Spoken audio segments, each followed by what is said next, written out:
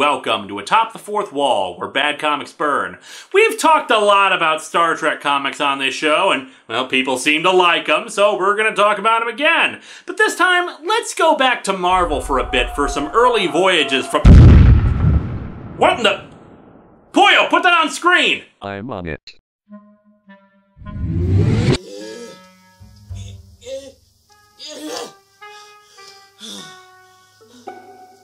Smarty? Oh, hey linkara. This is your ship, isn't it? Yes? How did you even... Crash through here? The shields were up! Yes, Lewis. Yes, they were. Anyway, so since I'm here and there's no real way of me getting back to my house without dying of suffocation, would it be alright if I did a review or something? Sure. Just don't touch anything. At all. I'm gonna go calculate how much it's gonna cost to repair the ship. Okay, Lewis, bye, love you. He really is a nice guy, ain't he? Anyway, hi everybody, Smarty here, and welcome to a brand new episode of the Machinimist. And with the sudden location change around me, let's talk about space.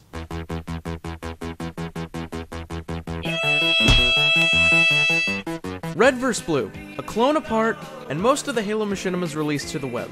What do they all have in common? They all reside in this big black abyss we call the cosmos. Now, one of the great space-themed Machinimas that we're going to be looking at today is by a familiar to the show, Jamie 98. And for those who don't remember, he created the Mombasa Massacre and the Melody. Jamie 98 was one of those unique snowflakes of the Halo Machinima community, creating avant-garde pieces using experimentation in the Halo 2 engine. It was really something to behold. And in my opinion, what we are going to watch today is at the peak of his experimentation. So, with that, ladies and gentlemen, today we are going to experience space dementia.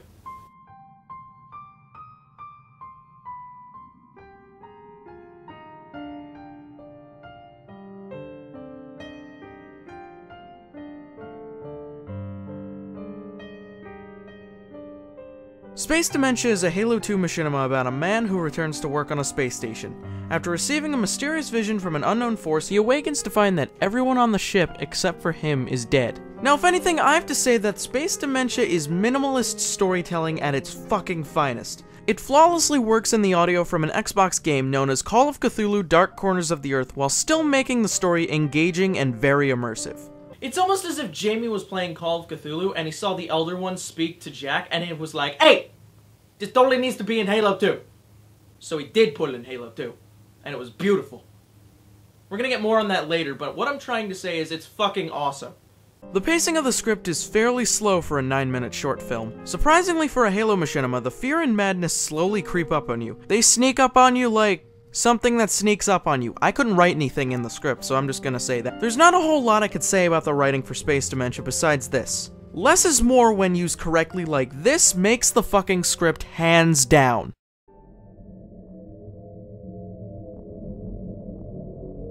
And now is the point in the review where I gush over Jamie 98's and cinematography. Now, Jamie 98's, in my opinion, is one of the best machinima cinematographers of all time, if not the best. Just under Imsuck and right above Digital Fear. Anywho, why do I love the cinematography so much? Well, Jamie 98 shot this machinima all by himself in Halo 2's campaign using the blind skull, which gets rid of your HUD in-game. But Smarty, you hypocritical fuck, in your last review, you praised Digital Fear for the cinematography and how he did things on his own, but then you decide to bash him! Well, yes I did, I will admit that, but the thing is, Digital Fear was using Halo 3 in its innovative theater mode. Halo did not have such a mode for Jamie 98's to use. So not only was Jamie 98's shooting footage in Halo 2 by himself, but he was shooting it in real time. Jesus. Yeah, try and make sense out of that. The editing of Space Dementia is pretty goddamn good. In my opinion, it's the editing of the machinima that really adds to the horror. I really like the short edits made throughout the film that makes Jack look like he's going insane. A simple edit like this makes the video look jarring and unsettling, something you would see in a movie like Jacob's Ladder. While it does seem like Space Dementia is almost an editing exercise at points, it still is a vital point to adding the horror element to the machinima, and I love it.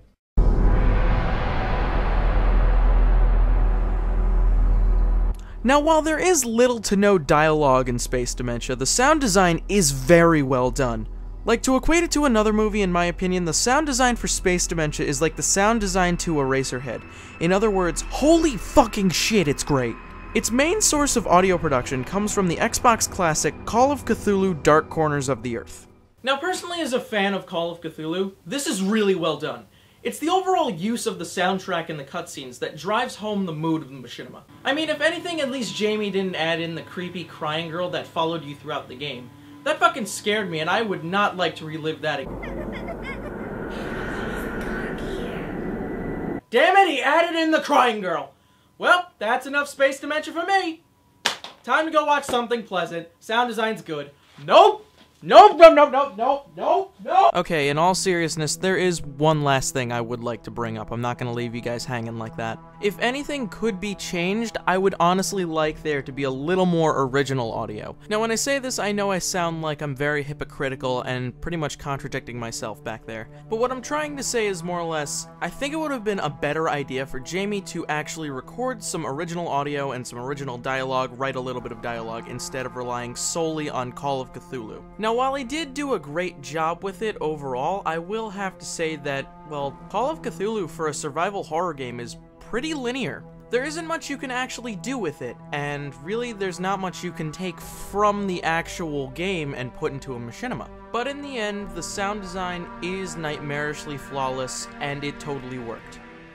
And lo, we come to the final evaluation of the review. Final thoughts? The writing is engaging and immersive, the cinematography is excellent for a standard definition Halo 2 machinima, and last but not least, the sound design is nightmarishly flawless, and rightfully so. It's the right kind of scary that uses atmosphere and disturbing imagery over jump scares, which, in my opinion, is worth your time to watch. So, ladies and gentlemen, that's the end of my spacey-wacy, space-themed review of Space Dementia. Hope you guys enjoyed it. Now, seeing as I probably owe Linkara a lot of money for wrecking his ship and I am a cheap bastard, I need to get out of here really quick. Well, see you guys the next time I land. This is Smarty signing off. Well, turns out the Cybermats can patch all this up, no worries, Smarty, so you... Do you want me to do anything about this? No, I'm actually just impressed that he had the balls to jump. I may have to give him a medal or something, assuming he doesn't die from the crash. Actually, Poyo, get on that.